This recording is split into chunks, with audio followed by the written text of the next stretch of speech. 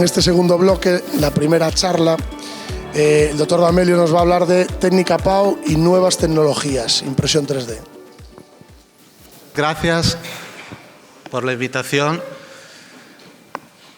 Dos palabras, primero sobre mi ciudad. Turín es una ciudad del noroeste de Italia, ha sido la primera capital de mi país y es el sitio de algunos de varios iconos italianos, como la Nutella, la Fiat 500, también de mi querida Juventus y del hospital universitario en que trabajo. Y nuestra unidad, dirigida por el profesor Alessandro Massé, tenemos más o menos este volumen de cirugía anual.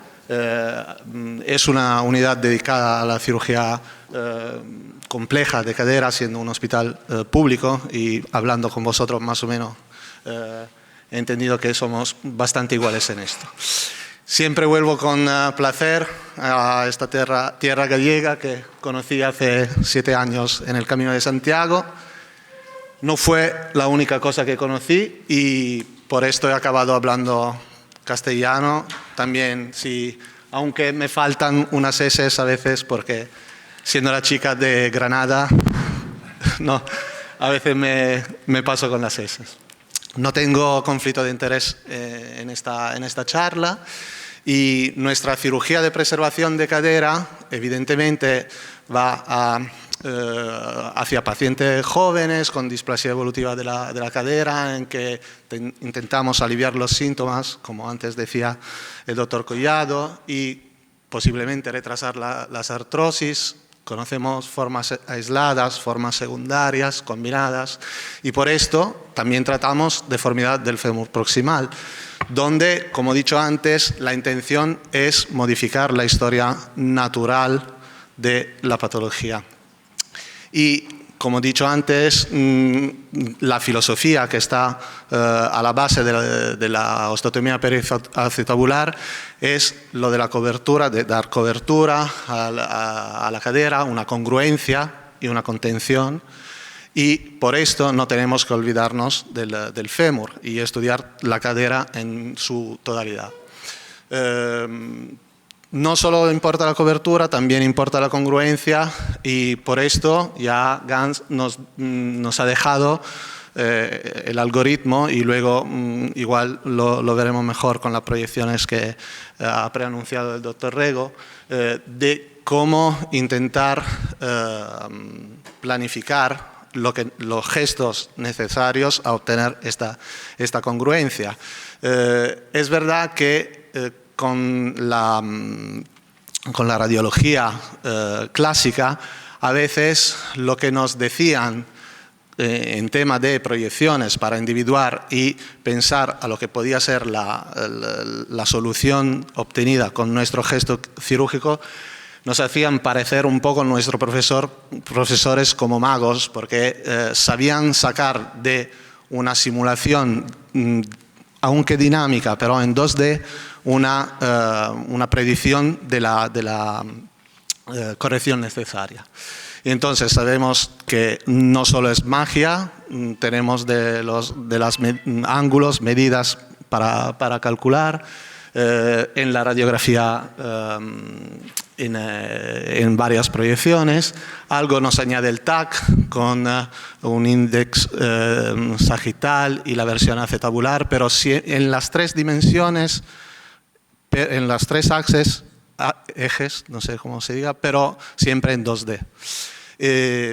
La resonancia magnética nos añade algo sobre los tejidos blandos, el estudio del cartílago, el estudio de áreas de carga alterada, y evidentemente es muy bueno utilizarla en la población pediátrica.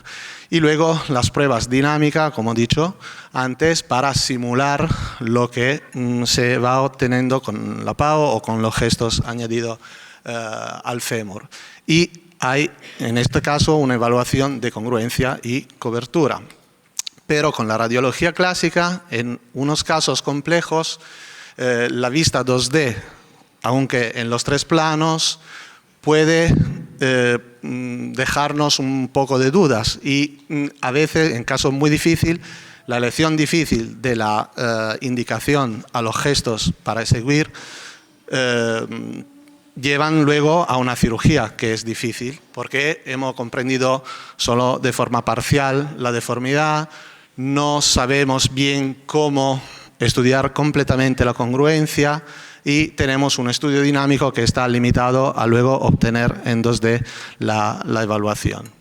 Y entonces en esto intentamos utilizar lo que es la impresión 3D, como ya alguien ha mencionado antes. Nuestra experiencia en la segmentación, en la impresión 3D, ha empezado hace años con la cirugía de revisión de los implantes protésicos en casos en que no teníamos una verdadera opción de planificar la solución a estos rescates y hasta llegar a implantes a medida. Y es un poco como salir a la guerra preparado para todos o para todo o intentar disparar al centro del objetivo. Y como estamos en Coruña, sé que aquí de pistoleros tenéis un poco de knowledge. Y entonces la segmentación. La segmentación es la técnica por computadora que de una imagen digital saca grupos de píxeles para poder identificar los objetos y procesar las imágenes en modo rápido y avanzado. Y nos permite que, de ser aplicado a cualquier estudio volumétrico, permite, y esto es la cosa que más nos ayuda en pacientes tan jóvenes, en combinar imágenes de TAC y de resonancia magnética, diferencia los tejidos, en particular lo del cartílago, que nos interesa en esta población, y proporciona luego un biomodelo 3D o modelo virtual confiable. Se puede estudiar la articulación de ambas las partes en tres dimensiones, aislando el fémur y el acetábulo, evaluar modelos dinámicos también para ver si hay choques después de nuestra reorientación del acetábulo y anticipar los efectos de la cirugía. Entonces, ¿cómo sería evaluar una cobertura en un área de carga desde 2D hasta al 3D? Este artículo del año pasado nos ofrece esta diferencia, o sea, siempre hablando de tres ejes, pero con un concepto 2D a un concepto 3D, cómo va cambiando el nuestro conocimiento sobre estas caderas. Y también podemos simular con modelo dinámico las correcciones necesarias en los tres planos, la mejor congruencia y los posibles choques, como he dicho antes. Esta es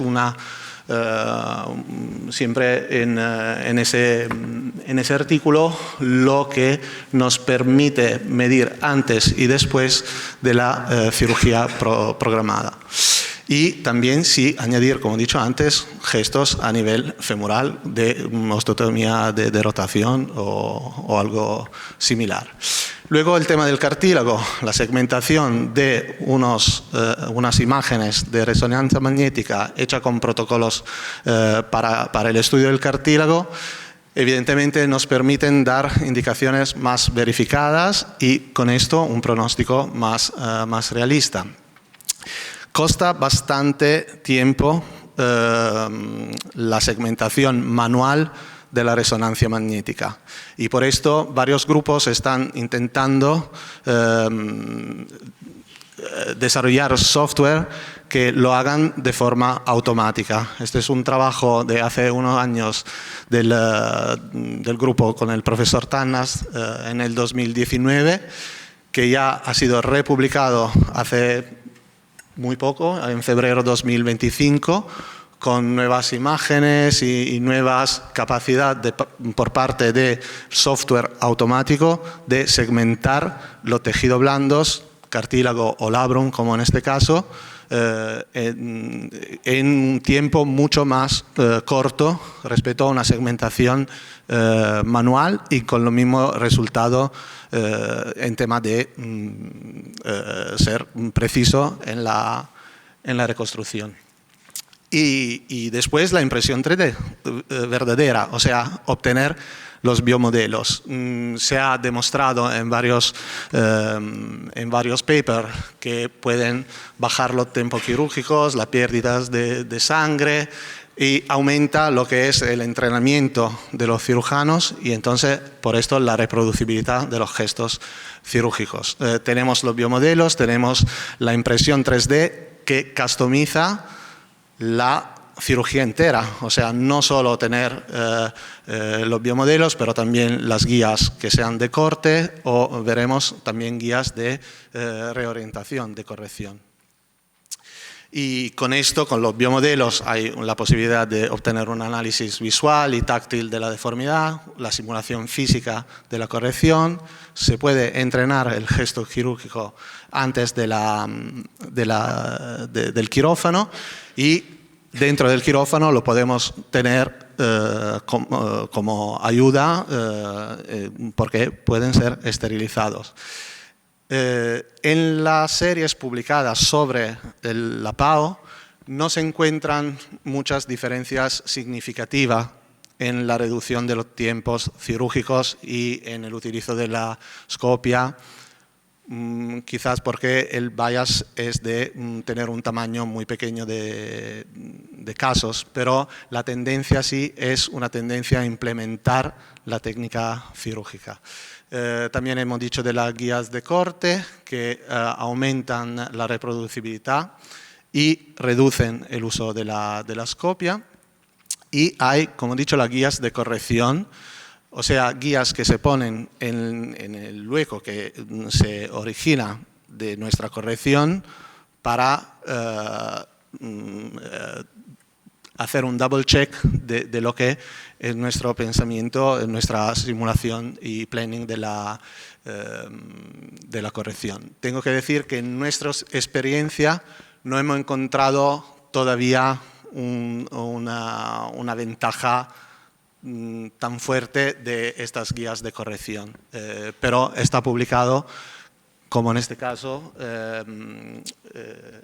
hace unos años publicaron esta casística en que se ve cómo habían logrado reproducir lo que habían planificado antes. Nuestra experiencia, como he dicho, en nuestro hospital, el proceso diagnóstico sale de donde nos ha dejado Gans sus indicaciones, o sea, no es que la nueva tecnología vaya cambiando las que son las indicaciones al tratamiento. La RX, la clínica para una indicación potencial que sea luego confirmada por TAC y resonancia magnética y en casos seleccionados con deformidades combinadas y complejas, la segmentación y luego el modelo digital con sus pruebas dinámicas digitales y el biomodelo 3D. Este caso, un primer caso que acabamos de hacer hace un mes y medio, o sea que no tengo el seguimiento, tendré solo el post-op. Era un caso de morbo de Perthes en una joven de 15 años. Este es el ejemplo del planning. Veis aquí una zona de necrosis de la cabeza y la reconstrucción del cartílago y de la parte ósea que nos ayuda a comprender, aparte de la deformidad ósea, lo que es el cartílago que tenemos y podemos tener en mente de poner en carga después de las varias osteotomías. Estos son los ángulos calculados en los varios planes con la ayuda de la tecnología de 3D printing y la superficie de cobertura preoperatoria aquí a la izquierda y aquí a la derecha. Hemos intentado identificar la zona que en nuestra idea y vamos a poner en carga después de una osteotomía femoral, de la cabeza femoral. Y por esto hemos intentado planificar también lo que era la osteotomía de reducción de la cabeza femoral y de alargamiento relativo del cuello, poniendo las eventuales guías de corte a una distancia de seguridad por el tema de la vascularización de la cabeza femoral, y hemos simulado entonces lo que era la nueva cobertura después solo de la osteotomía femoral, y poniendo en carga la zona lateral de la cabeza que presentaba al estudio del cartílago una zona de cartílago más bueno, porque no tenía la zona de necrosis más medial. Y luego hemos visto la congruencia en las varias fases de abducciones y flexiones de la cadera para comprobar que había una congruencia adecuada. Así, el cálculo de los nuevos ángulos de cobertura con también el PAO añadido, la PAO añadida.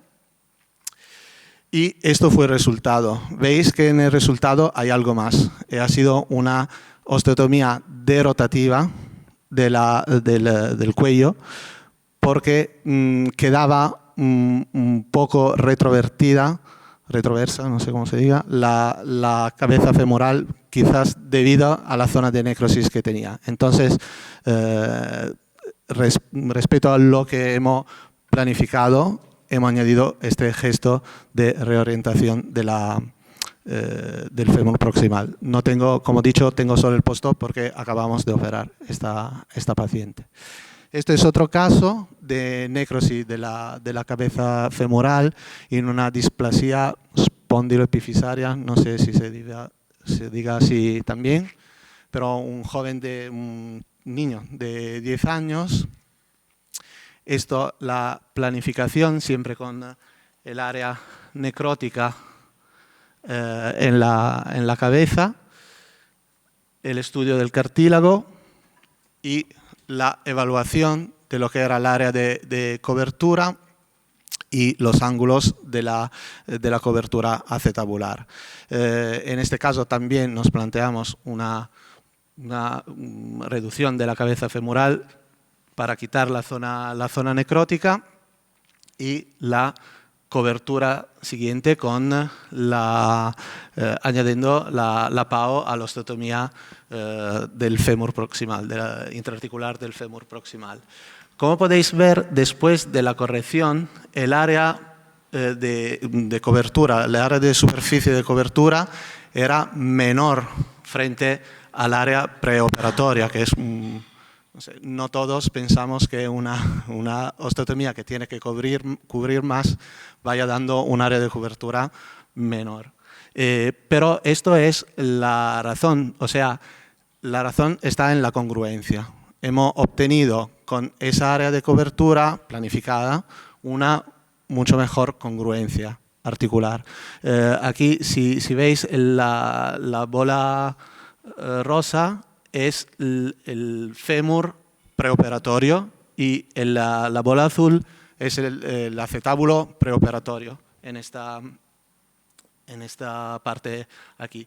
Mientras lo que es la cruz violeta es la cabeza en el postoperatorio, o sea, después de la reducción de la cabeza, y el acetábulo postoperatorio es la cruz verde. Y esto veis cómo es la sobreposición de todas las posibilidades pre y post-op sin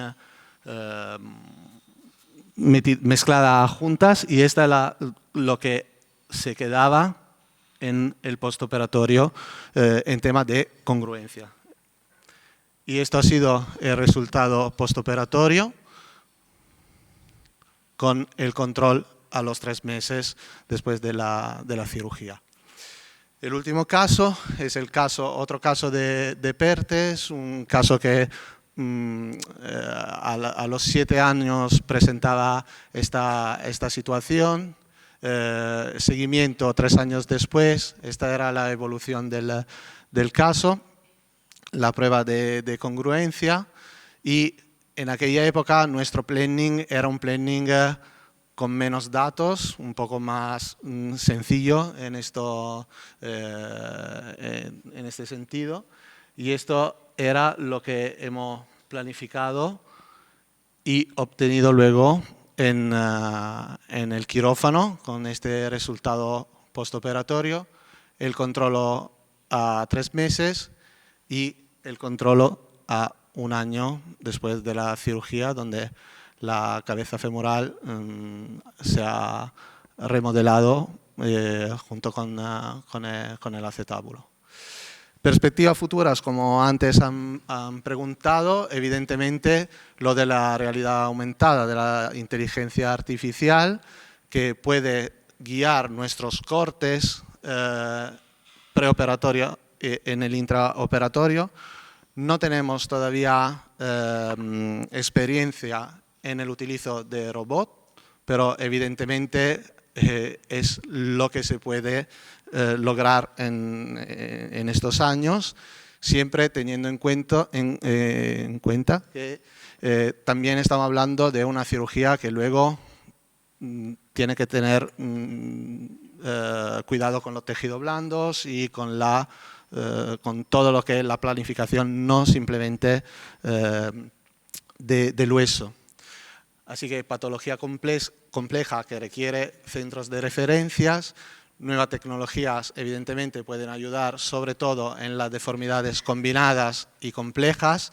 La segmentación combinada de TAC y resonancia detecta más detalles intraarticulares, sobre todo del cartílago, de la zona de necrosis, y proporciona indicaciones más precisas sobre la congruencia.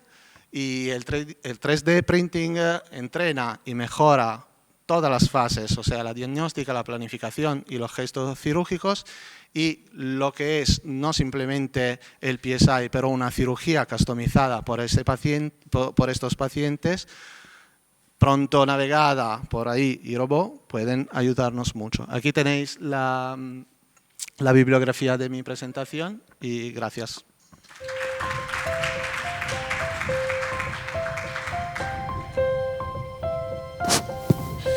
Muchas gracias, Andrea. A continuación, el doctor Rego nos hablará del algoritmo del abordaje que él tiene de las deformidades de cadera.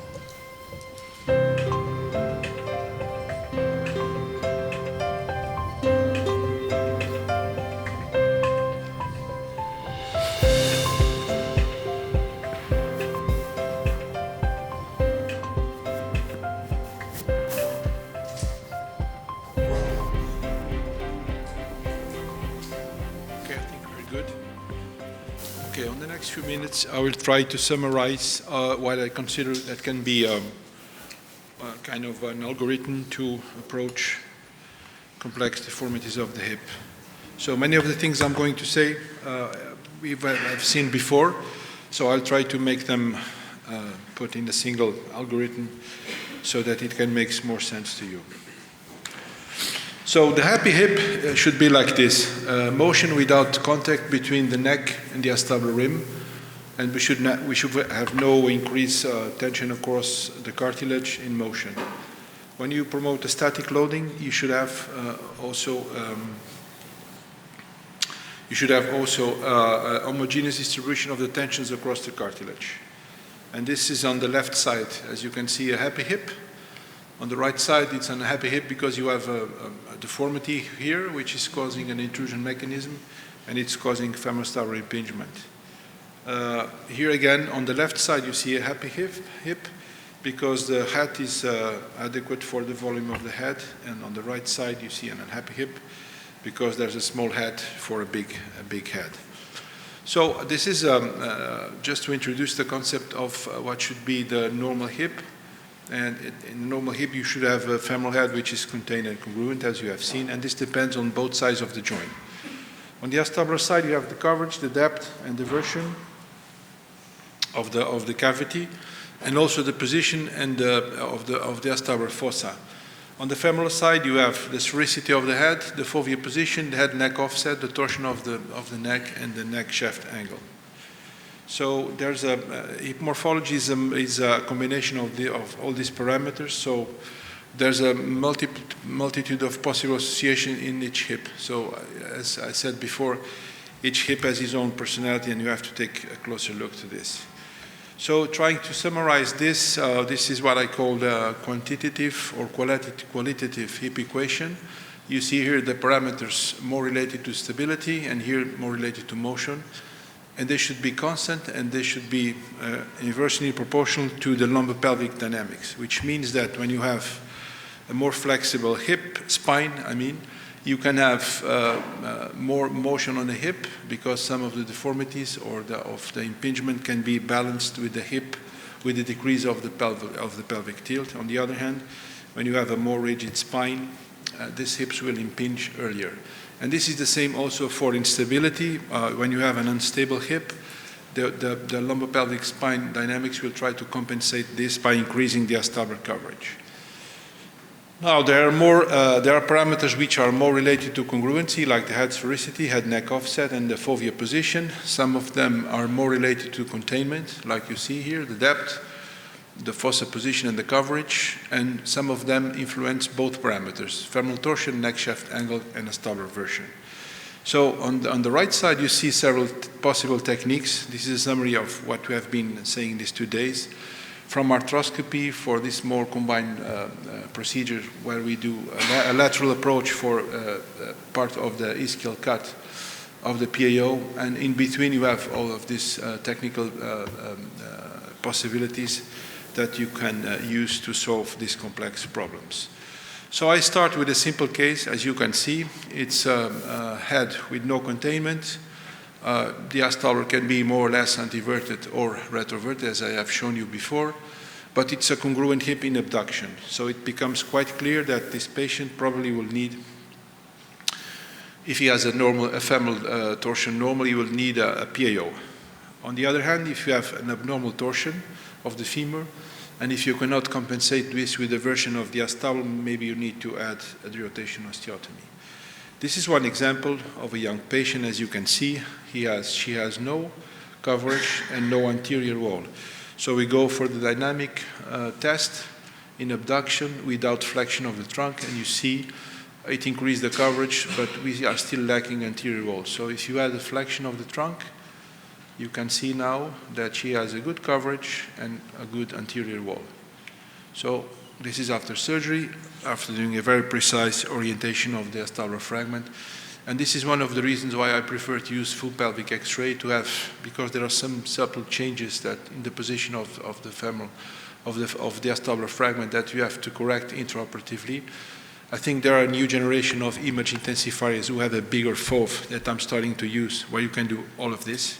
You can do the correction, you can do the cuts. There's a new generation of these machines coming out, and this is the result after the osteotomies have healed, as you can see here. So it looks like a new hip. This is another case, the same problem: a lack of anterior wall, lack of containment, good sphericity of the head. It improves like this, but this patient had also an increase of the femoral neck torsion, so we decided to do a PAO plus a derotation osteotomy, and this is the result after the osteotomies have healed. Now let's complicate a little bit more. Sometimes you have what it looks like a spherical head, but it's really not congruent. He has no containment, and usually these cases are related to the position of the fovea. As you can see, there's a very high fovea here, and if you plan to do, if you do a dynamic X-ray, you see that even in a maximal abduction, the hip still not looks very congruent, so you need to do something to correct this problem. If you just do a PAO, you'll have to overcorrect the fragment to decrease the fovea loading, and this is not good because this will create a medial, what I call a medial dysplasia, which is a concentration of the forces on the middle part of the roof, So you need to balance the roof and you need to do something on the femoral side, which is probably a proximal femur varus osteotomy. That can be done at the neck level if the femoral torsion is normal. If it's not normal, you can add a derotation osteotomy, or you can do an intertrochanteric osteotomy and derotation. Let's see one example of this case. You see very high fovea, the head looks spherical. And when you do the abduction view, by comparison with the other hip, you see the position of the fovea. Here it looks normal, here it's still very high. So in this case, we did PAO plus femoral varus osteotomy, and this is the result after 5 years of follow-up. I think the hip is functioning very well and looks good on the X-ray. Let's complicate a little bit more. In some cases, you have no containment, but the head is non-spherical, but still you have a concentric abduction. Usually these hips result from mild to moderate Perthes disease sequel. You have a high riding trochanter with extra-articular impingement, and sometimes you also have intra-articular impingement. So it makes sense to distalize the trochanter, as you can see, to treat the intra-articular impingement, and also to perform a periacetabular osteotomy. Sometimes the version is not so good. Usually they are too much antiverted, so you need to do something on the femoral side by doing a derotation osteotomy. This is a case like this. You can see it's a young female. Left hip, she had you see the abduction view where it's quite obvious the impingement between the tip of the trochanter and the diastolum. So the torsion is about 70 degrees. So I would say that most of the head is outside of the socket. And we perform a surgical dislocation. We trim the peripheral non-spherical, or the bump, which is more or less anterior and inferior. And you end up with a more spherical head. Then you do a PAO, a derotation osteotomy, and now you have a contained and congruent joint. This is the type of hips which I consider the most complex. It's like in the previous talk you have seen. It's where you have a non-contained, non-spherical, incongruent joint. So this is the combination of all the worst factors in terms of morphology. Usually they have eccentric abduction with extra-articular impingement. And maybe you have to distalize the trochanter to avoid the impingement, perform a reduction of the trochanteric balcony. Then we have to do something on the femoral side. The option can be a peripheral trimming. Sometimes you can just do a resection of the medial part of the head, which is not load-bearing, so it's quite no problem with that. It does not affect the perfusion.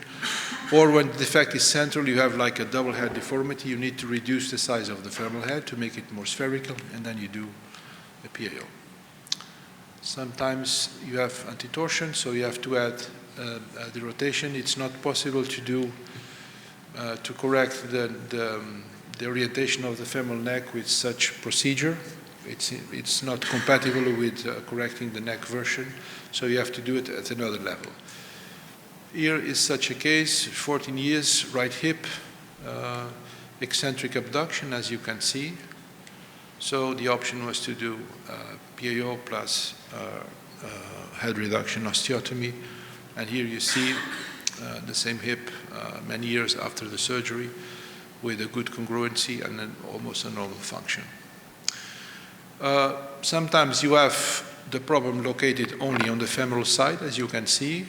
You have no really parameters of acetabular dysplasia, but you have a very high location of the fovea. The head is spherical, but as you can see, the only load-sharing part of the femoral head is this small piece here, which is not good. So we decided here to do close wedge varus osteotomy on the neck. And this is because the patient had the right limb a little bit longer.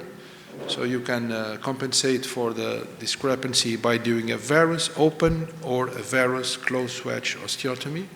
And this is the result 16 years after the surgery. The hip is still running good, and we don't see any signs of osteoarthritis. Now we have to also explain this concept, which is the instability on the coronal plane. Sometimes you have both sides of the joint looking, it's like in the replacement, you have to see the combined version of the components. It's exactly the same thing. You can have hips which are looking too much anterior, some hips compensate, some hips look too much posterior. And this can happen. So you have kind of subluxation in external rotation. I have seen this happen in patients who have a very high antitorsion of the femoral neck. In this case, you see this is a young female. She's a gymnastic. You see there's no anterior wall here. She has mild dysplasia, but the most important component is the lack of anterior wall. And also you go to the femoral side, you see that she has about 50 degrees of antitorsion. So this is very difficult to balance by just doing a procedure on the acetabular side, because then you have to retrovert the acetabulum. And I think it's better to do like this. So you have, you do a reverse PAO or a retroversing PAO, as you might call it. You see the projection of the walls, and you also do a derotation osteotomy, and the hip ends up with a normal function. So this is before, and this is after the osteotomies. So as a take-home message, as you have seen, the hip equilibrium depends on several parameters. I think dynamic radiographs are important to identify the main mechanical abnormalities. I think one of the advantages of being dynamic, that you can do it and do it again. You can do it under anesthesia, and it's more dynamic, so you can simulate the positions where you want the fragment to be after the surgery. And the surgical treatment, as you have seen, should aim to achieve a contained and congruent femoral head. But of course, we are summarizing in a few minutes a very extensive knowledge and understanding of hip biomechanics and surgical techniques. I would recommend the reading of this book. This is a very recent book that came out, I think, this year. No, Diego? You are here also. And it's a book about surgical hip dislocation, but it's not just surgical hip dislocation, it's hip preservation, because he has many chapters about including hip arthroscopy, PAO, combined techniques, everything about hip preservation. So thank you for your attention.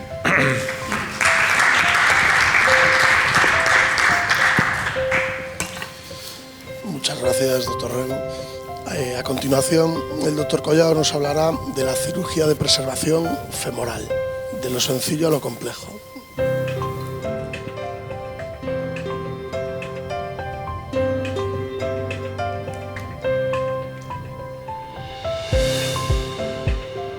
Porque los conceptos se van a repetir bastante de lo que han dado Andrea y de lo que ha dado el doctor Rego. Hasta la última recomendación va a ser la misma y no nos habíamos sincronizado. Y vamos a ir un poco a la base. Bueno, antes que nada, pues darle las gracias a los mentores que hemos tenido, buscaros buenos mentores. Yo he tenido mucha suerte de tener buenos mentores y buenos colegas y muy buenos cirujanos cerca de los que he aprendido y de los que sigo aprendiendo. Es una cirugía esta que te exige como una formación continua y volver a los sitios para tratar de mejorar. El objetivo de la presentación es dar una vuelta a lo que es la luxación quirúrgica y centrarnos más en la técnica, para qué sirve, y daros cuenta que es una herramienta buenísima en cualquier servicio de cirugía de cadera, que os puede solucionar tanto problemas ortopédicos como problemas traumáticos o incluso problemas de tumores, y que vale mucho la pena tenerla disponible en nuestra institución. Esta técnica surgió como respuesta a la pregunta que se hizo el profesor Gans y su grupo en Berna de por qué había artrosis en determinadas personas y en otras no, y estos conceptos les llevaron a desarrollar una herramienta que les permitiera entrar dentro de las caderas de manera segura, ¿no? Esto se llama luxación quirúrgica de la cadera, y luego le pusieron la coletilla segura porque hicieron estudios anatómicos que lo que trataban era de asegurar la perfusión de la cabeza del fémur, que era el gran gazapo que tenía la cirugía femoral abierta hasta esa fecha, el momento en el que todavía no se había desarrollado la artroscopia de cadera y no había manera de entrar dentro de una cadera de manera segura y saber qué pasaba ahí dentro, ¿no? Y a través de la luxación quirúrgica pues fue la mejor herramienta para no solo solucionar los casos, sino también tratar de entenderlos, y es lo que ha dado luego pie al desarrollo de las teorías del desarrollo de la artrosis, del pinzamiento femoroacetabular, de las patologías combinadas que nos ha enseñado el doctor Rego, ¿no? Y esto se hace a través de un abordaje de Gibson, trata de preservar el borde anterior, es decir, es un plano intermuscular internervioso. Este es el glúteo mayor, es la parte lateral, y tú lo que vas es a través de las ramas perforantes que veis aquí, de la fascia entre el glúteo medio y el glúteo mayor, para poder preservarlo de manera íntegra. Este abordaje ha de ser bastante grande, ¿vale? Si no haces un abordaje grande, no puedes hacer una buena preservación del glúteo, no puedes bajar el glúteo, y si te enfrentas a deformidades severas como las que os acaban de enseñar, no tendréis una buena exposición y no podréis ver bien y no podréis trabajar bien. ¿Vale? Este es el siguiente plano que nos encontramos, el trocánter. La rama trocantérica, esta primera rama, lo que nos indica es más o menos dónde está situado el tendón del obturador externo. Esto parece fácil en una cadera normal, y en pinzamiento antes era muy fácil. Nosotros tuvimos la suerte de formarnos en pinzamiento, pero ahora estas técnicas, gracias a la artroscopia, se hacen básicamente en deformidades severas, y cuando tienes una deformidad severa, pues la anatomía también está muy alterada y a veces no es tan fácil orientarse, ¿no? Yo recuerdo una vez en Milán, operando con el profesor Gans, y encontrar el borde anterior del glúteo mayor nos costó media hora, y estábamos con un cirujano de cadera que hacía 1.200 prótesis al año, o sea, no era un hombre que fuera manco. O sea, que a veces en alteraciones estructurales no es tan fácil orientaros, y no os tenéis que desesperar tampoco en las cirugías si no os orientáis. Pero esta técnica de luxación vale mucho la pena. En realidad es una modificación del abordaje anterolateral, que es el que se ha hecho siempre en Alemania, el más popular allí.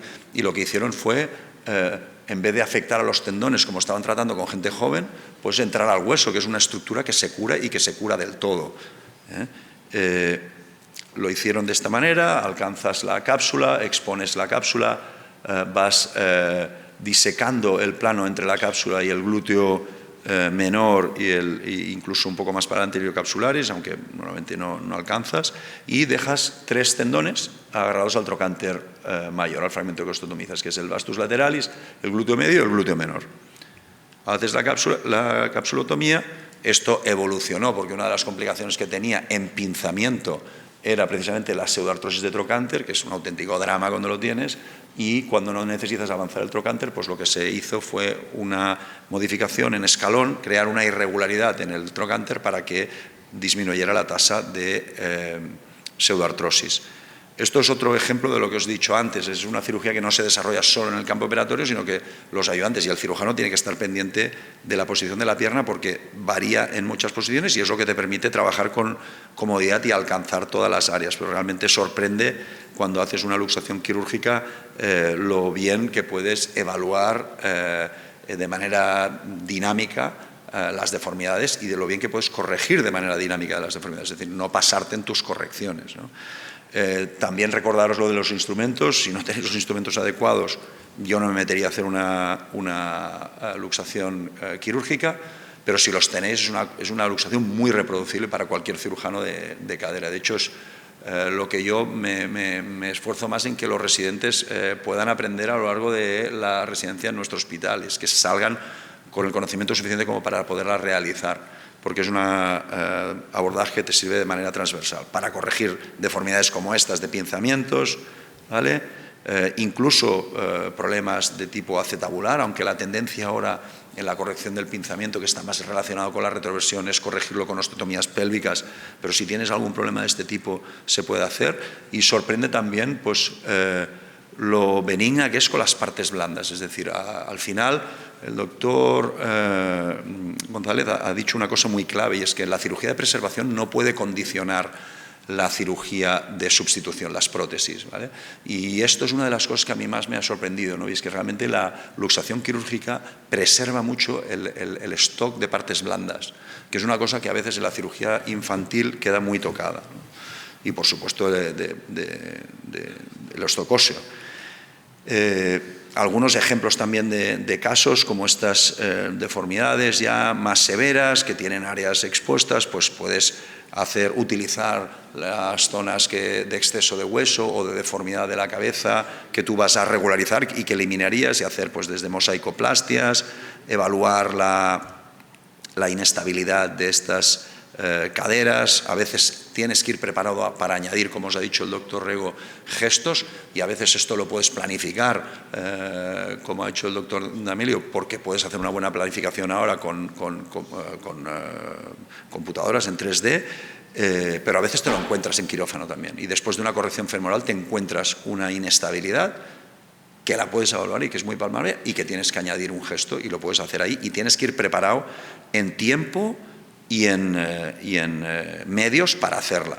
Y pues otros ejemplos, ¿no? Lesiones condrales severas, pues esto por artroscopia pues no tiene ninguna solución, ¿no? Y a veces te lo encuentras también te desesperas, pero bueno, si tienes un buen pilar lateral, pues puedes intentar optimizar esto. Todo lo que os enseño son gente adolescente, o sea, estos son gente realmente muy joven, ¿vale? No sé por qué no funcionan los vídeos, pero está bien digamos, comparado, ¿no? La artroscopia respecto a la cirugía abierta, y lo que yo os digo es que de lo que se trata es de hacer un buen trabajo. Entonces, si no vais a poder hacer un buen trabajo por artroscopia, hacerlo abierto, ¿vale? Porque no es peor la cirugía abierta que la artroscópica, ¿eh? Lo que es malo es la mala corrección, eso es lo que no tendrá un buen futuro. Entonces, la cirugía abierta te permite la exéresis de un tumor de este tamaño por artroscopia, pues bueno, pues seguro está al alcance de algún cirujano artroscopista, pues que sea muy hábil, muy virguero, que pueda llegar a todos los recodos de la articulación, pero eso no es la mayoría de la gente, ¿sabes? Y al final la luxación quirúrgica es reproducible y te permite solucionar temas pues, de fracturas de Pipkin, tumores y lo que hemos visto. Te permiten estas técnicas, lo que os ha dicho el doctor Rego, es solucionar todos los problemas en una cirugía, ¿vale? Con dos abordajes, pero en una cirugía, en un momento de la cirugía. Esto también para los pacientes y a determinadas es importante. Y entre las opciones, pues obviamente tradicionalmente que se habían hecho, pues indirectas como Chiaris o osteotomías pélvicas, semidirectas como osteotomías subtrocantíricas o lo que estamos hablando ahora que es cirugía intraarticular. Y para eso se dio un paso más en la luxación quirúrgica, que es el desarrollo del colgajo de partes blandas que incluye la arteria circunfleja medial y, por lo tanto, preserva los vasos retinaculares y la perfusión de la epífisis. Y de esa manera nosotros podemos aislar la epífisis de la metáfisis y podemos corregir sus deformidades, ¿vale? Este es el siguiente paso. Y esto es otros ejemplos como los que ha dado el doctor Rego, que nos permiten corregir desde secuelas de Perthes con áreas centrales necróticas y utilizar estos fragmentos como fragmentos osteocondrales pediculados y reducir el tamaño de la cabeza. Como veis aquí en preparaciones de cadáver, obviamente esto al principio lo tratábamos en cadáveres. Esto es un dibujo original del profesor Gans y estos son planificaciones hechas con papel vegetal de nuestros primeros casos, que este fue en el año 2009 concretamente, ¿vale? Que requirió lo que os he dicho antes, una osteotomía pélvica añadida. Pero no solo te permite eso, te permite también la corrección de las secuelas de epifisiolisis, sobre todo en los niños, cuando todavía la fisis no está fusionada, ¿vale? O la realización de lo que os ha enseñado el doctor Rego, de osteotomías subcapitales, ¿vale? Lo que nos ha servido de mucha ayuda, aparte de la formulación en computadora, ha sido también los moldes. Los moldes físicos te ayudan mucho a coger las distancias y que cuando tú estás en cirugía poder ver esas partes del hueso que muchas veces no ves, bien porque el paciente sea musculoso o porque sea rígido o por secuelas de cirugías previas o tantas cosas que sabéis que pasan en cirugías, que no todo es tan bonito como para encontrarse un paciente normal. Y esto es un ejemplo de lo que os ha enseñado Andrea, que es cómo se planifica en esto. Esto me acuerdo al principio cuando lo íbamos a planificar a la Valgris con el ingeniero, con Funstal y con el profesor Gans, en que nosotros le íbamos diciendo lo que queríamos y él nos iba haciendo los planos de superposición del TAC con la resonancia, y creerme que no era fácil porque ellos eran una veintena o 30 ingenieros allí y manejar la computadora no era nada fácil. Luego las primeras guías que hicimos, pues tuvimos cantidad de gazapos. Esto es una cirugía que estuvimos con Paulo allí en Barcelona, yo no sé si era el 2018, sí, era contigo, la acabamos tú y yo. Sí, tanto que la acabamos. Y estaba el profesor Gans, Huber, estaba ahí, había ahí más ciencia metida en el quirófano que ni sé. Las pasamos canutas. Canutas es poco, ¿vale? Pues porque el desarrollo de las guías, si te equivocas, las guías te pueden inducir a errores muy graves. Entonces, las guías no es una cosa para facilitar la entrada a un cirujano con poca experiencia y que la pueda hacer. El problema de la guía es que puede inducir a error y el cirujano con poca experiencia no se va a dar cuenta de ese error. Y cuando ya metes el corte ya no hay solución, ya no hay vuelta atrás, ¿no? Entonces yo diría que la guía es un proceso de evolución que no debéis de aislar de un buen mentor, ¿sabes? porque gracias a Dios en esta cirugía, por ejemplo, nos dimos cuenta que la guía no se adaptaba correctamente al hueso y nos daba un corte que no era para nada lo que nosotros habíamos planificado, ni queríamos, ni hubiéramos hecho como hacíamos antes a mano alzada. Bueno, yo pensaba, jolín, esto le pasa a un cirujano que no tenga tanta experiencia y se fíe de la guía, ¿no? Porque oye, has hecho la planificación y tú vas paso a paso y estás aparentemente haciendo las cosas bien y acabas con un cirio allí que no te quiero ni contar, ¿no? Y otra cosa importante que os quiero decir, aparte de enseñaros todo radiografías bonitas y tal, no van los vídeos, ¿vale? Pero era para enseñaros que estas cirugías, como el Corona, como estas cirugías que son realmente rescate muy extremas, no se acaban en el quirófano. Estos pacientes los tienes que seguir de cerca después, porque si no hacen una buena rehabilitación y no estás detrás de ellos, la potencia abductora no la restablecen. Y si no restablecen la potencia abductora, no van bien. Y además te sirve también para analizar el resultado mecánico de lo que tú has hecho. Si no recuperan la potencia abductora, puede ser por dejadez del paciente, que es lo que no puede ser, y para eso tienes que estar tú detrás, o porque realmente no funciona la cadera. Porque cuando una cadera te duele y contraes el aparato abductor, metes una sobrepresión y te duele mucho, y dejas, y ahí es cuando empiezas a cojear. Y es una pena porque aquí os quería enseñar ese caso que acabamos con el doctor Rego, que recuperó toda la potencia que el chico había perdido, ¿no? O sea que como conclusiones yo os quiero animar a que os entrenéis en la luxación quirúrgica de la cadera, porque es una herramienta muy buena que os solucionará muchos problemas, que os permite también el análisis dinámico y la corrección intraoperatoria, saber también si tienes que actuar a otros niveles, lo vas a ver allí, corrección de deformidades severas, tratamiento también de lesiones severas en pacientes muy jóvenes, en pacientes en los que tú veas que una artroscopia puede generar daño iatrogénico, y todos los que hacemos artroscopias sabemos que muchas veces en una artroscopia en la que un paciente sea muy rígido hemos hecho daño al entrar nuestra artroscopia. Esto lo he visto en muy buenos artroscopistas. Pues a veces una luxación quirúrgica está bastante por encima que una mala artroscopia. Y yo os animo a que mantengáis esta técnica viva en vuestras instituciones, porque os va a ayudar a solucionar muchos problemas a vuestros pacientes, y animaros a que los que estéis interesados a echar un ojo a este libro, que realmente vale mucho la pena. Ha salido hace un mes y medio, nos lo anunció Michael a de esto, pero realmente trata casi todos los aspectos, es muy redondo de lo que es la cirugía de las deformidades complejas del fémur. Muchas gracias.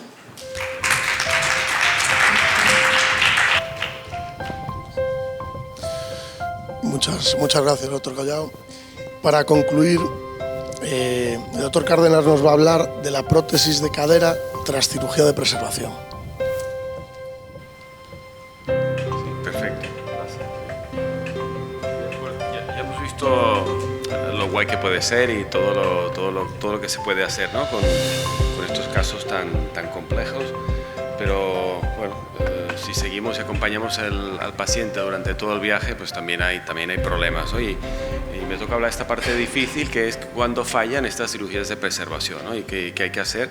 Ya sabemos que la prótesis o la artroplastia de cadera es una solución increíblemente eficaz, pero bueno, en pacientes muy jóvenes a lo mejor de entrada no es la solución más adecuada, ¿no? Dentro de lo que es cirugía de preservación, yo creo que lo podemos agrupar de esta manera un poco artificial, pero a efectos prácticos es útil en lo que serían los pacientes que tienen las displasias acetabulares, los pacientes que tienen el choque femoroacetabular, y como hemos visto hay también un número importante de enfermos con deformidades más complejas, sobre todo a nivel del fémur, ¿no? Que requieren otro tipo de operaciones, en este caso pues osteotomías, ya sea con placas o con clavos. El objetivo de la cirugía de preservación es, como hemos dicho, operamos pacientes que son sintomáticos y por tanto queremos que estén libres de dolor, que no tengan síntomas, ¿no? Queremos corregir estas deformidades para que no tengan repercusiones sobre esta articulación y otras contiguas, y a veces se hace esta venta de evitar o retrasar la enfermedad degenerativa de la cadera. Yo lo pongo en interrogante porque esto no siempre es así y no siempre es posible predecirlo, ¿no? Hay muy poca literatura en este sentido, sobre todo hay literatura que cuantifica el número de operaciones que digamos que fallan o que requieren esta conversión a una artroplastia, ¿no? Y se ve que esto podría estar cercano cuando haces una mezcla de todos los seguimientos, cercano a un 10%. Inferior, pero cerca, ¿eh? Bien, este sería un ejemplo práctico de cómo analizarlo. Tenemos un paciente que tiene una patología raíz y que en un momento determinado hemos hecho una cirugía preservadora. Vamos a decir que esto ha tenido pues, una supervivencia durante algún tiempo y cuando esto falle, pues tenemos la opción de colocar una prótesis, ¿no? Y esto se puede analizar en diferentes dimensiones, ¿no? Sobre qué tipo de implantes se pueden o se deben utilizar, cuáles son las dificultades que entraña este caso, cuáles son los condicionantes, ¿no? Por las deformidades previas o cualquier problema de partes blandas. Y también se puede analizar tanto una como la otra en función de sus resultados, ¿no? Yo intentaré mostrar ejemplos más bien prácticos, ¿no? para hacer una idea, porque esto es lo que vivimos al día a día en la consulta, ¿no? Este es un chico de 31 años que en su momento cuando le propuse una artroscopia de la cadera, ya le dije, y esto lo miré porque estaba revisando los apuntes de la historia, ya le dije en su momento que yo lo planteaba como una cirugía paliativa. Y es que si os fijáis en la resonancia magnética, en los cortes sagitales, en estas secuencias hay una especie de manchitas de color blanco, hay cambios subcondrales. Y ya sabemos que esto está asociado con condropatía y esto evidentemente es un factor que puede determinar la supervivencia de esta operación.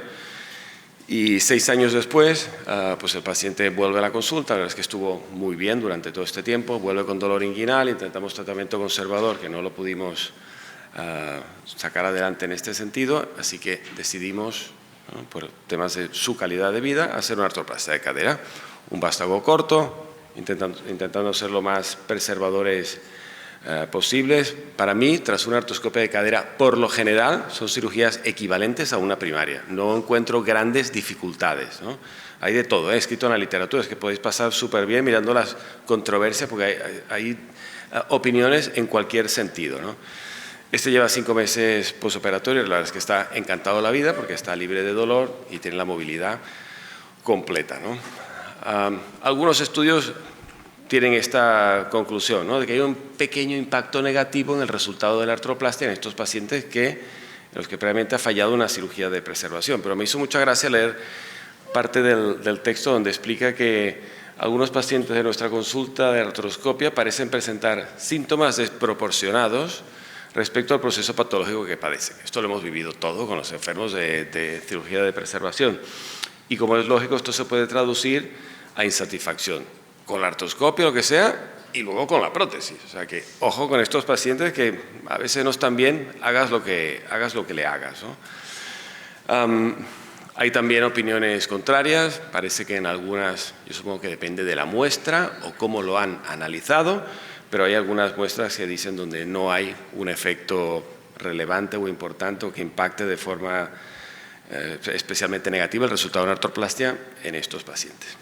Os enseño otro ejemplo, algún ejemplo es un poco más extremo, sobre todo fijaros por la edad, ¿no? Este tiene 39 años, habíamos hecho una cirugía de impingement, ya era un acetábulo con alguna esclerosis a nivel de la articulación, una gran deformidad tipo CAM, que sabemos que son CAM muy agresivos, que dañan mucho el cartílago, y 10 años después, el paciente ahora tiene pues 49, es un hombre joven, muy activo, le gusta hacer deporte, y para nosotros es muy buen candidato para lo que son las prótesis de superficie, que es una línea que trabajamos desde hace ya casi 20 años, ¿no? Y nunca hemos parado de hacer. A partir del 2012, con lo que pasó con algunos de los fabricantes, por supuesto hubo un descenso, pero esto poco a poco ha ido cogiendo otra vez auge. Hay casos, ¿no? Casos mediáticos como el de Andy Murray, ¿no? Que aquí lo vemos viendo una operación de prótesis de superficie, supongo que antes de él mismo que le hicieran la operación, y este caso lo conoce todo el mundo porque él ha vuelto al tenis, pero lo que no sabe todo el mundo es que él previamente tuvo una artroscopia de cadera que había fallado, o sea que este es el caso más famoso de fallo de cirugía de preservación de cadera. Las prótesis de superficie tienen evidentemente inconvenientes, como he dicho, nuestra experiencia es muy buena, pero son prótesis de metal-metal, requieren un seguimiento indefinido, es para siempre, esto hay que explicárselo a los pacientes. Además, en mujeres están desaconsejadas, ¿no? Y hablo de los dispositivos de metal-metal. Sabemos también que hay las opciones de cerámica que están muy próximas a poderse comercializar, los estudios preclínicos con unos 1.200 casos muestran una tasa de revisión a 6 años del 1.4 4%, la mayoría son fracturas de cuello, que es un mecanismo de fallo habitual en las prótesis de superficie, no por otros motivos. De manera que en el contexto de la regulación del MDR actual es difícil tirar adelante un implante. Por tanto, esto está creando como mucha expectativa. De hecho, en Australia ya tienen la autorización para comercializarla y ya se están poniendo fuera de este estudio preclínico. Yo creo que en el 2025, muy probablemente aquí en España, pues también se comenzará con estas prótesis. Otro paciente, 48 años, deformidad CAM. Es un paciente que tiene cierto grado de una displasia muy borderline o límite, es casi normal, pero le falta un poquito de techo. Pues aquí hicimos una artroscopia también. Y a los 3 años, el lado no operado, o sea, el lado derecho, comenzó a darle muchos problemas, le hicimos una reso, no tenía ninguna buena pinta, así que acabó con una prótesis con un vástago corto. Desafortunadamente el paciente es un paciente muy activo que camina un montón, el vástago se acabó aflojando y lo tuve que revisar al pasado poco tiempo por un vástago más largo. Y 13 años después, la cadera operada empezó a darle problemas. Entonces, esto lo acabo de operar de la cadera izquierda. Pero bueno, alguien lo puede ver como un fracaso. ¿Es un fracaso? ¿Es un éxito? Bueno, ha durado 13 años y ha funcionado bastante bien con su artroscopia. Volviendo al caso que os comenté al principio, este caso en concreto, por ejemplo, ninguna dificultad especial, pero después de la prótesis hizo una infección, o sea que lo tuve también que recambiar y hacer un recambio séptico en un primer tiempo. Parece que hay algún estudio que sigue el aumento de los tiempos de operación y de las complicaciones intraoperatorias. A lo mejor esto es como el caso que os he mostrado, pero también hay otros que dicen que solo el riesgo está presente para luxación, revisión y reintervención, pero no para los, digamos, resultados funcionales, ni el tiempo operatorio, ni la pérdida sanguínea, ni tampoco la infección. Bueno, en fin, que hay un poquito de todo. Otro caso clásico, os estaba hablando del choque femoroacetabular, otro caso clásico es la displasia. 44 años, mujer, le habían hecho una artroscopia el año previo a la visita con dolor severo. Esta es la radiografía de antes de la operación. Y claro, pasados unos meses, evidentemente lo que ha hecho es acelerar el proceso degenerativo, también con una hipercorrección, pero creo que básicamente es un error de indicación, ¿no? En esta paciente. Además le habían hecho una labrectomía, con lo cual aquello avanzó muy, muy rápido. Así que le pusimos también una prótesis de cadera, lleva 12 años, está encantada de la vida, no tiene ninguna limitación y la cadera izquierda le comienza a dar algún problema. Importante conocer cuáles son los factores asociados con los fallos de la cirugía artroscópica. Ayer lo vimos aquí con el doctor Seijas y su algoritmo. Aquí le traigo un vídeo que es este vídeo está originado por una anécdota que me contó ayer durante la cena. Pero bueno, los pacientes, ojo con los cambios condrales, menos de 2 milímetros, edad avanzada, obesidad, sexo femenino, pacientes displásicos, como hemos visto, y los trastornos psiquiátricos. Otro paciente también, ojo, red flag con estos enfermos y las cirugías de preservación. Prótesis tras la osteotomía también puede pasar, pues ya os digo, en mi experiencia es mucho menos frecuente que los enfermos de choque femoroacetabular. Yo no sé si es que los elegimos peor a los de choque o no, pero bueno, este es uno de los casos que hemos tenido que convertir. Fijaros, bueno, perdón, este es uno de los casos que os quería mostrar, que el lado izquierdo lleva 11 años, cada vez está funcionando muy bien, y la derecha, que ha tenido siempre una evolución como muy solapada, muy leve de molestias y tal, fijaros cómo se ha ido deteriorando, y el efecto protector de la cobertura en el lado operado, ¿no? En el lado izquierdo. Esto ya lo vimos, resultados de las osteotomías, la literatura que dice que aparentemente no afecta. Este es uno de mis casos, este es el primer caso que tuve que reconvertir a prótesis, una mujer de 32 años, fijaros, un grado de displasia bastante importante, y esta chica la operé hace 7 años, ya ha estado funcionando bastante bien, es profesora en un colegio de niños pequeños, y hasta hace muy poco, hasta hace unos 4 meses o así, que tuvimos que colocarle la prótesis porque ya los cambios condrales comenzaban a ser importantes y sobre todo que clínicamente se encontraba mal. Una de las ventajas de esto es que fijaros la cobertura que tiene para colocar el cotilo, porque a veces en los pacientes que son muy displásicos, fijaros este lado derecho, a veces no tienes un soporte ideal para implantar tu acetábulo, entonces tienes que recurrir a técnicas como esta, ¿no? Que es una acetabuloplastia, y poner pues un trocito de injerto, en este caso de la misma cabeza femoral, para poder implantar una copa normal, ¿no? Sin salirte de lo... La osteotomía periacetabular yo creo que mejora la cobertura y lo que hemos dicho es que esto te permite usar los cotilos estándar, pero ojo de cómo está orientado el fragmento, porque el fragmento puede estar mal orientado y precisamente por eso ha fallado. Entonces, y otra cosa es el tamaño del fragmento. A lo mejor puede ser una cadera que ha estado razonablemente operada, pero es que es un acetábulo muy pequeñito, ¿no? Entonces esto puede traer problemas a nivel de psoas y las partes blandas porque pueden rozar con el implante y además las referencias anatómicas se pierden. Por lo tanto es más difícil poner un acetábulo en estos pacientes que llevan una corrección previa. Pero bueno, esto es, yo lo encuentro bastante lógico. Aquí tenemos otro caso de fallo, 35 años, mujer.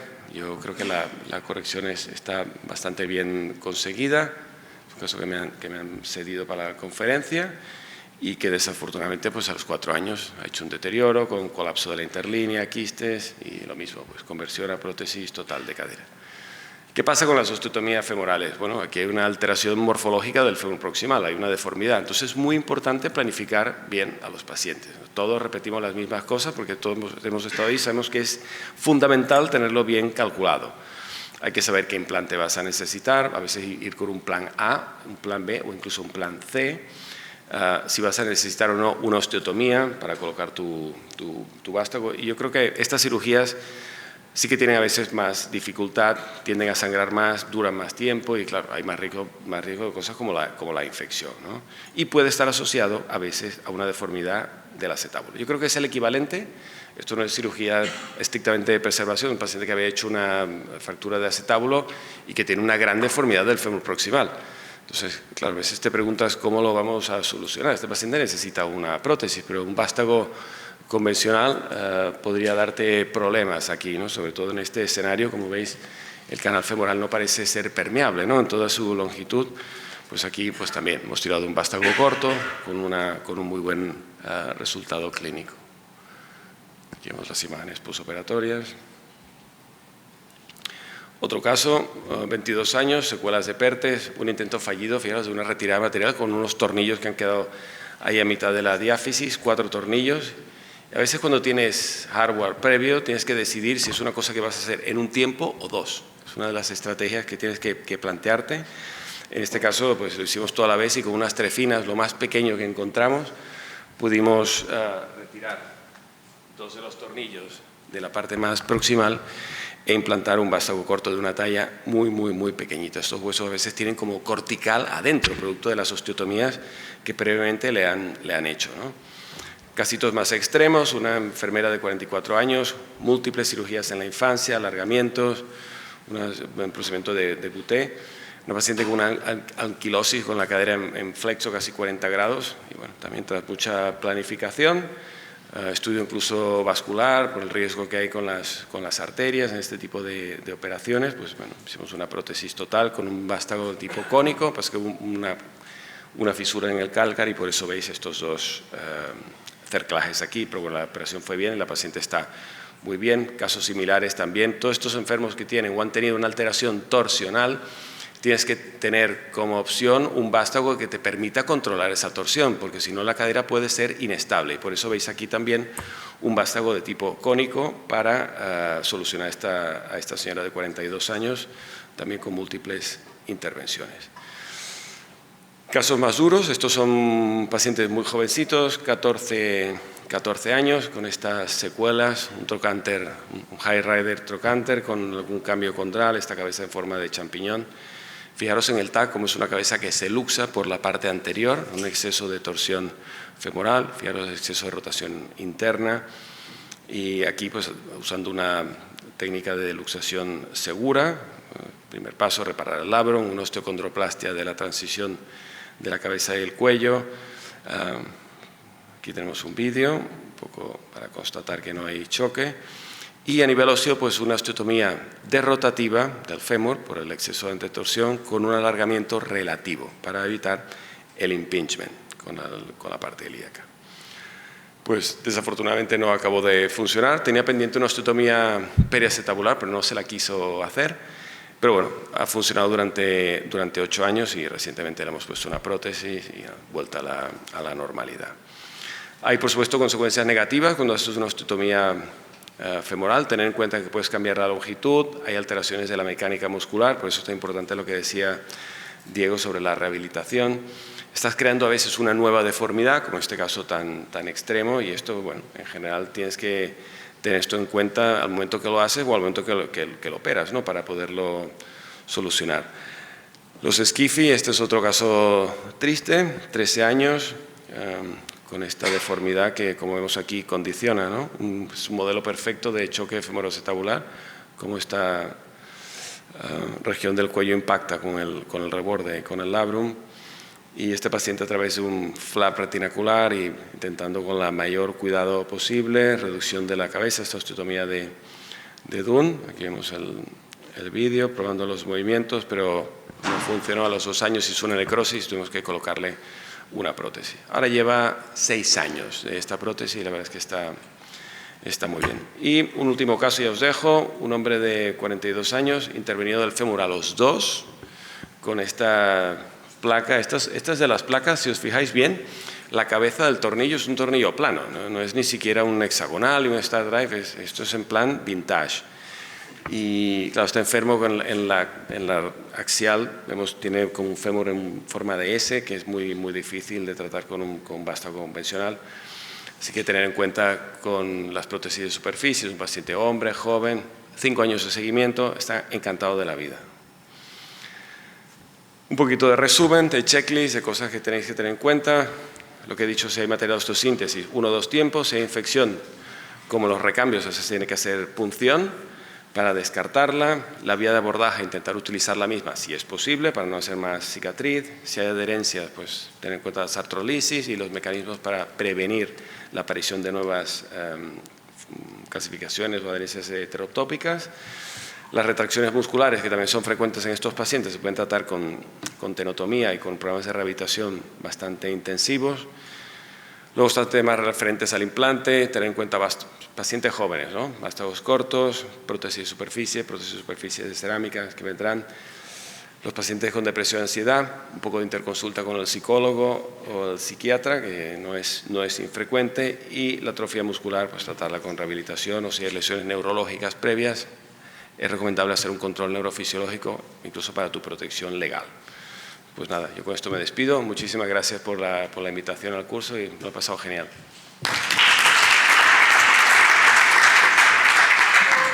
Preguntan en la sala si a la hora de convertir una PAO en prótesis de cadera, ¿cuál es el abordaje que preferís en ese caso? ¿Un abordaje anterior directo o usáis el posterolateral si es el habitual? Mira, yo esta pregunta se la hice hace muchos años cuando empecé a hacer osteotomías pélvicas al profesor Miguel Cabanela.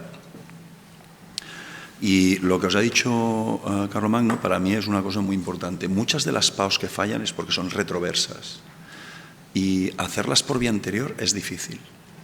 Es decir, si a ti te ha fallado la PAO porque ya tenía daño condral, pero la orientación de tu acetábulo ha sido buena, puedes ir por una vía anterior, no hay problema. Pero si te ha fallado la PAO y ese fragmento está retroverso, tener cuidado si vais por vías anteriores porque realmente dificulta la colocación del implante. Aparte de eso, no sé si hay alguna... 100% de acuerdo, y de ahí la importancia de la planificación, porque esto es algo que si no lo has planificado a lo mejor pasas por delante de un detalle como este, ¿no?, que puede ser importante. Yo en general intento hacer la vía que me encuentre cómodo para el caso en cuestión, ¿no? Puede ser mayoritariamente posterolateral y alguna vez anterior.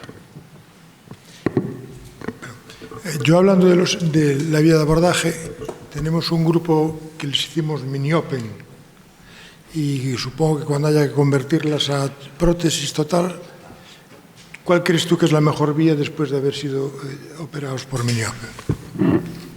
Sí, de estos enfermos quedan unos cuantos por ahí que en su día hizo Manel Rivas y nosotros también como sus ayudantes. Y muchos los hemos hecho por vía anterior, pero bueno, tampoco es la panacea, también hay unos problemas con la vía anterior, hay quien también explica más problemas de infección.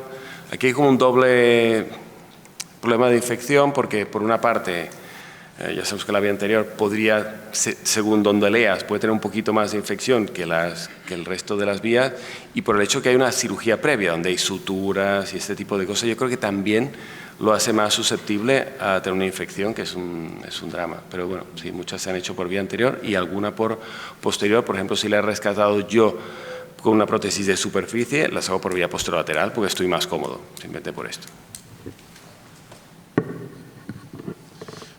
Yo quería haceros una pregunta sobre el tema de las infecciones, que se ha tocado ahora un poco de lado. Parece prudente cuando hay mucho material, mucha placa, igual hacerlo en 2 tiempos para esperar un poco un periodo de ventana, pero si, por ejemplo, el tema es que el paciente no va bien y se le pone alguna infiltración intraarticular, con lo que sea, ¿esperáis también un periodo para ver que no haya complicaciones con esa infiltración, o si a los 2 meses sigue con dolor o 3 ya pensáis en la cirugía protésica? O sea, ahora recientemente ha salido bastante literatura al respecto y daban un margen de 6 meses. El último artículo que yo vi era holandés y ya lo reducía a 3 meses, pero no menos de 3 meses. Y respecto a los tornillería, todo lo que pueda condicionar la colocación de un implante, lo bueno es sacarlo cuando no te hace falta. Es decir, no hay que esperar a que una cadera se degrade para sacar un implante, porque en ese momento puede ser que los tornillos ya se rompan. Es decir, los tornillos, si los dejas mucho tiempo, son gente joven y los agarran, y la tornillería de 3,5 que dejas arriba muchas veces se derrompe, y aquello es imposible de sacar. No tienes una trofina kilométrica como un tornillo que llegan hasta 100, 110, 100, hasta 130, hasta 150 y en la caja de pelvis. De hecho, Star Drive hasta 150 y hexagonal hasta ya 130. O sea, quiero decirte que en cuanto un tornillo o una placa os ha hecho el servicio que queríais en gente joven, yo creo que lo prudente es sacarlo, porque es que puedes condicionar mucho, pero mucho, la colocación de un implante posterior y aumentar el tiempo quirúrgico, el riesgo de infección de una prótesis, que eso sí que va a ser un drama.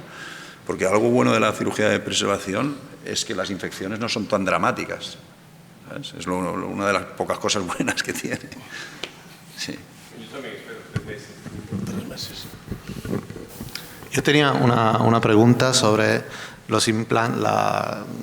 elegir el implante en osteotomía intraarticulares. O sea, si hay un fallo de la cirugía después por temas como una necrosis vascular, sí, donde se haya curado la osteotomía, o sea, tenemos un cuello que ha sido violado por nosotros, pero se ha curado.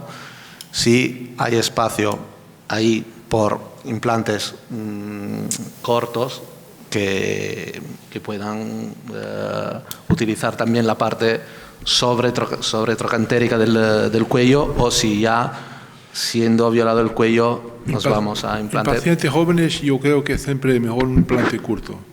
Yo me gusta mucho la cónica de Wagner, cortita, porque se adapta muy bien a todos los formatos del canal. Si el canal es muy largo, me gusta también la Fitmore, o algo parecido con que lo usas, que creo que es de Matisse, ¿no? Matisse y el Optimis. Sí, es parecido, ¿eh? Porque, y si no tienes problema con la versión, que es otro problema, el fémur, porque las hastes cuadrangulares son más difíciles de adaptar a los canales que son muy pequeños. Entonces ahí yo uso en esas caderas implantes cónicos, creo que son muy más versátiles. Yo, de hecho, uno de los casos que mostré de la chica con la osteotomía de rotativa con alargamiento relativo, tenía mucha antetorsión femoral, y yo creo que le di demasiada retrotorsión en el segundo caso, y por eso, si ves la imagen, el cotilo está como mirando hacia adelante, porque si no se luxaba hacia posterior. Entonces, bueno, todo es cuestión de mirártelo muy bien antes de, por suerte sí, no ha pasado ningún problema, pero en este caso, bueno. Yo creo también que el abordaje debe ser que la cinta es más confortable, porque si hay algunos casos que tienen que no parecen caderas, no parecen espaldas, ¿no? Entonces, creo que hay que hacer una cirugía que esté cintas confortable para que tienes todas las opciones, incluso de poner injerto con la cabeza del fémur en el defecto del acetábulo, y por veces en la pared posterior o anterior para compensar lo defecto. Sí, yo siempre recomendaría que escojas el implante que escojas, siempre tengas una cónica asequible. Y otra cosa que te recomendaría es tener ya en el quirófano fresas de Küncher para poder trabajar la cónica. O sea, no solo fiarte de las fresas de la cónica, y otra cosa que os recomendaría es que no paséis las fresas de la cónica de Wagner a motor, que las paséis a mano, para tener la sensación de dónde tienes las espículas de hueso que ha comentado Carlomagno, escleroso ahí dentro, porque eso realmente a máquina puedes hacer algún desastre. Falsos trajetos. Sí. Es muy fácil. Os quería preguntar que a vosotros que hacéis cirugía de preservación en el lado femoral, sobre todo en niños o en adultos muy jóvenes, un poco es dónde está el límite, porque la sensación que dio es que alguna imagen, pues veías alguna cabeza que realmente en el plano AP se veía bien, pero después era muy plana, y que en la corrección realmente persistía, no se conseguía esa plena esfericidad, ¿no? Entonces, ¿dónde está nuestro límite y cuál es la edad límite o el grado de madurez para poder plantearnos una luxación segura de una cabeza femoral? ¿Luxación segura o reducción de cabeza? Los dos conceptos. ¿Dónde está el límite de lo que es dónde está el límite del abordaje en edad? ¿Hasta cuándo? Es decir, ¿cuándo podemos realmente plantear una luxación segura a un niño en crecimiento que tiene la fisis? Todas las fisis abiertas. Las indicaciones son las mismas que la artroscopia. Las mismas. Y después, pero la reducción de cabeza no. No, ahí está. Y después la reducción de cabeza. Más de 20 años no. ¿Y cuál es el límite en el sentido de hasta qué deformidad puedes corregir? Es decir, ¿cuándo ya decir hasta aquí hemos llegado, basta, y esperamos ya para poner una prótesis? Creo que el problema no es la deformidad, pero la calidad del cartílago. Porque la deformidad se puede corregir. La calidad del cartílago es importante. Pero muchos de estos niños, yo he visto en casos que tengo unos casos con 15 años, 16, algunos más, que estoy muy bien porque ha remodelado alguna extensión, pero creo que cuando las fisis se cerran más de 15, 20 años máximo, no funciona.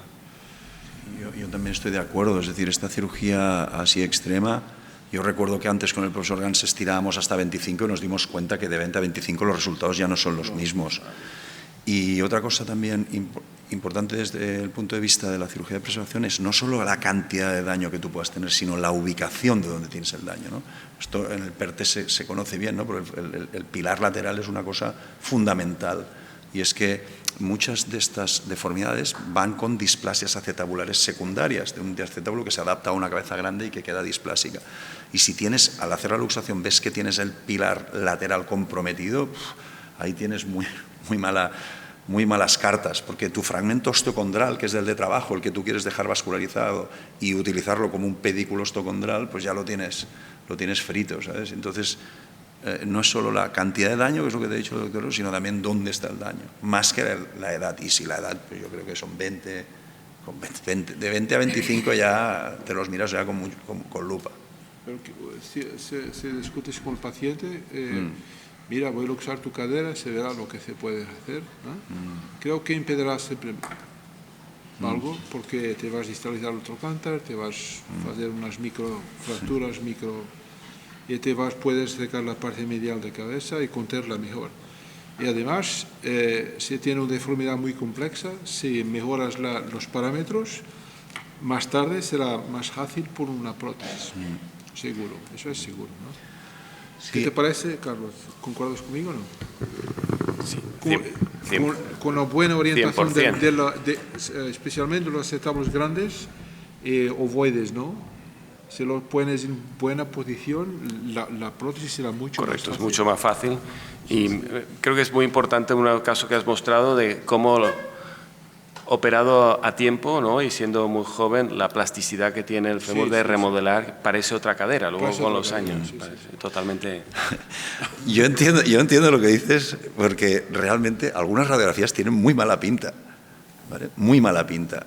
Y cuando las veíamos al principio, pero es que esos pacientes mejoran mucho de movilidad, pero muchísimo de movilidad, y eso les da un grado de satisfacción muy grande. Entonces, tú como médico estás un poco como cortado delante del paciente, ¿no? Porque no te esperas que te diga cosas buenas, ¿no? A veces, al principio, ¿te acuerdas las reducciones aquellas tan bestias?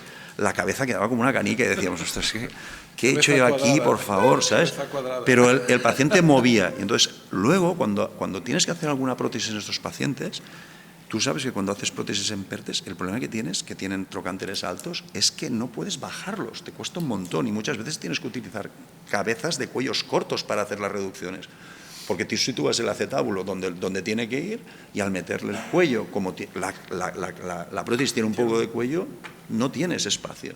Pues en los operados no tienes este problema, porque han movido. Esa es una buena pregunta. Yo tengo unos cuantos casos, tal vez 2, 3, hechos con las físicas abiertas, pero con las físicas abiertas tiene un potencial de remodelación brutal.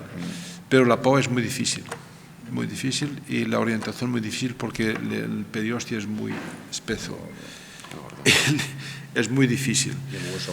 Es siempre subcorregida, ¿sabes? ¿No? Y creo que tiene un caso muy bueno, parece una cadera normal, pero otros con la cabeza un poquito más larga, pero mejor. Tengo más experiencia con las físicas cerradas y he visto los casos de tal vez 20 casos, ¿no? 20 casos, todos con PAO, porque creo que la cobertura y la contención es lo más importante. La reducción de cabeza es una forma de contener la cadera, no es lo objetivo. Porque si no es contida, no remodela. Y eso que Diego dice de la movilidad y de la remodelación tiene a ver con la contención de cabeza. Ha hecho PAO en todos los casos. Esto es como, seguro lo habéis visto vosotros, pero yo he hecho algunos pacientes muy jóvenes que la radiografía tenía mala pinta, incluso con quistes subcondrales, y una vez hecha la osteotomía, pasados unos años, desaparecer los quistes. Cosa que nunca pasaría en un adulto, pero en una persona muy joven es un fenómeno que yo al menos he visto varias veces. Y por eso yo os he hecho esa puntualización, y es que tienes que ir preparado a hacer una PAO. O sea, en tu quirófano tienes que ir preparado a hacer una PAO y tienes que tener instrumental y el tiempo, ¿vale? Porque muchas veces te das cuenta que la necesitas allí, en el quirófano. A veces te luja la cadera después de algo, de osteotomía, tienes que hacer algo, ¿no? Claro, yo quería preguntaros sobre eso, porque al hacer reducciones de la cabeza tan grandes, aunque luego cubras, parece que no va a ser esférica la cobertura, ¿no? Porque si la cabeza era como un champiñón y luego queda una pelota, pero tú estás cubriendo con un champiñón, no sé si me explico. Sí, perfectamente.